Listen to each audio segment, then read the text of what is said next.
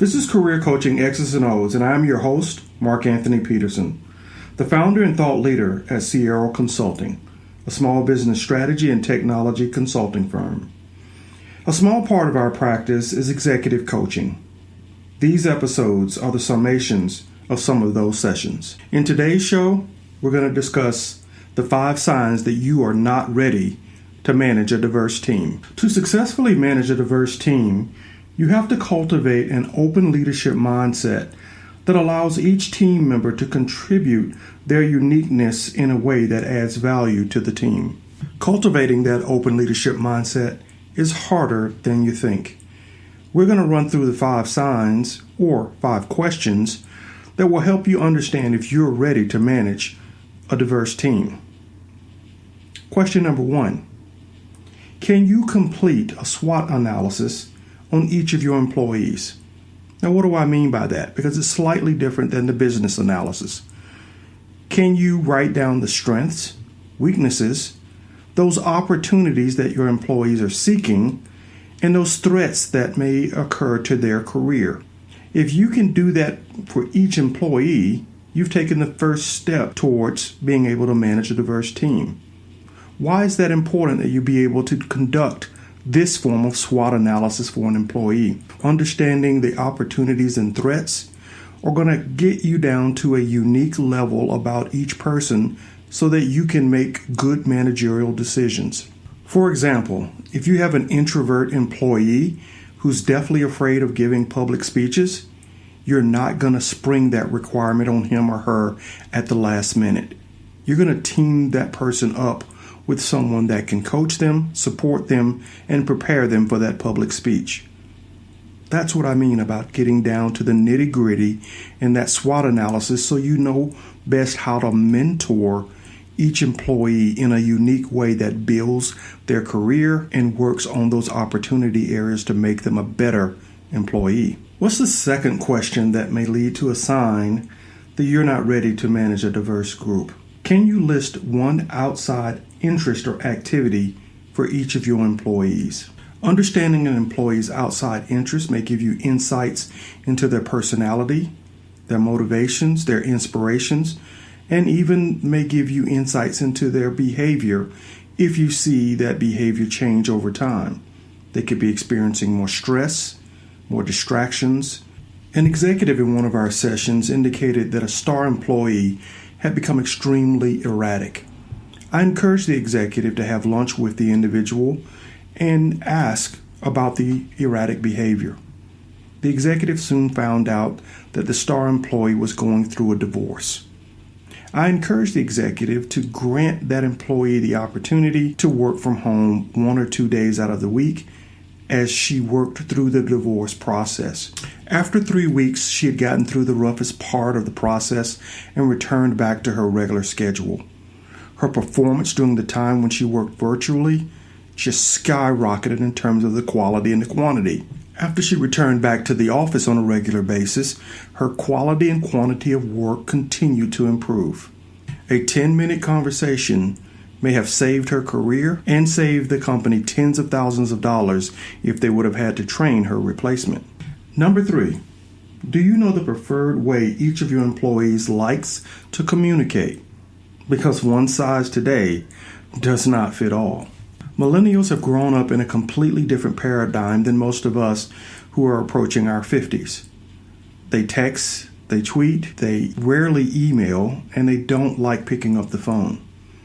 And if you have a mixed bag of employees of all age ranges, it is important that you understand the methods that they prefer to communicate in if you want to get the most productivity out of them. And if you push yourself to learn that about your employees, guess what? It's going to help you with product innovation for your customers because your employee base is going to reflect some of what your customers also want, and that's going to give you an edge when it comes to improving your bottom line. Don't think I know what I'm talking about? 10 years ago, you couldn't pay for a pizza using a tweet or a message through Messenger, the Facebook platform.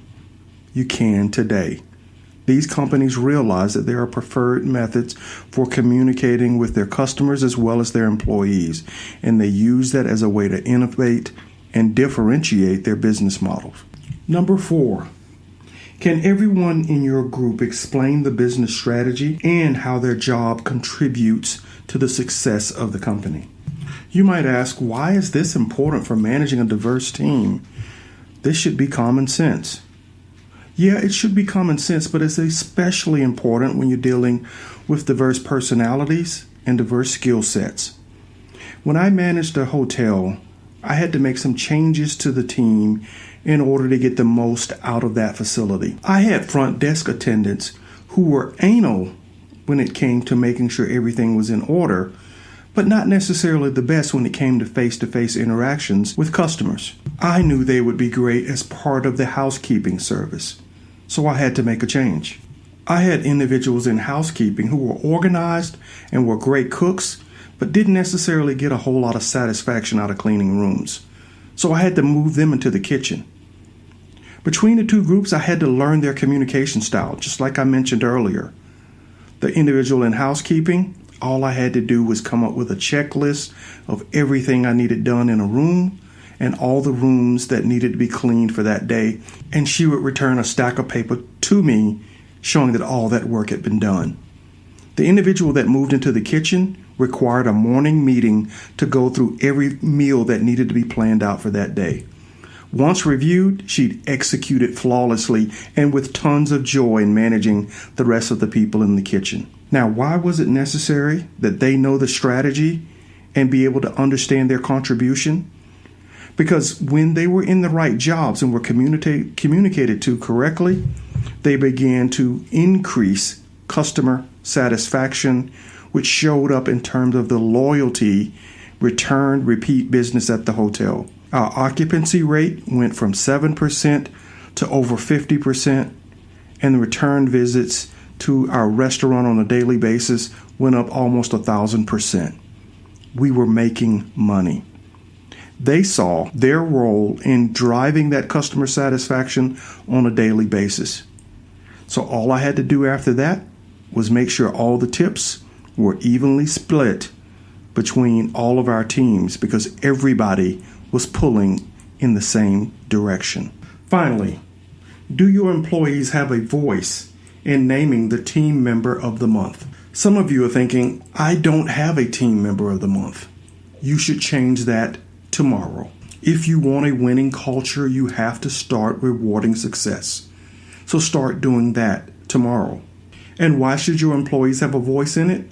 Because you want to democratize the rewards in your group, giving everybody the opportunity to learn what the other team member contributes and voting for those who are making outstanding contributions.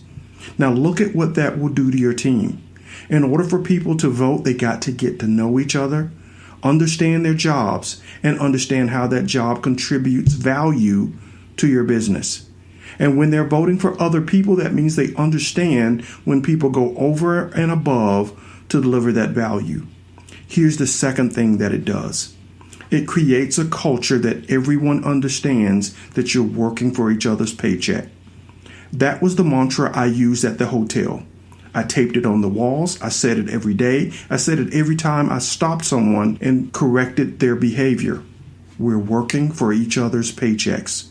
Those paychecks don't get bigger until we work as a team to deliver superior value. And when you instill a culture of rewards where employees have a say, it becomes transparent and it forces out the behavior that hurts your paycheck. Now, when you can go back and affirmatively answer to all 5 of these questions, I think you're ready to start managing diverse teams because diversity comes in many forms. I hope you found this episode helpful. If so, hit subscribe.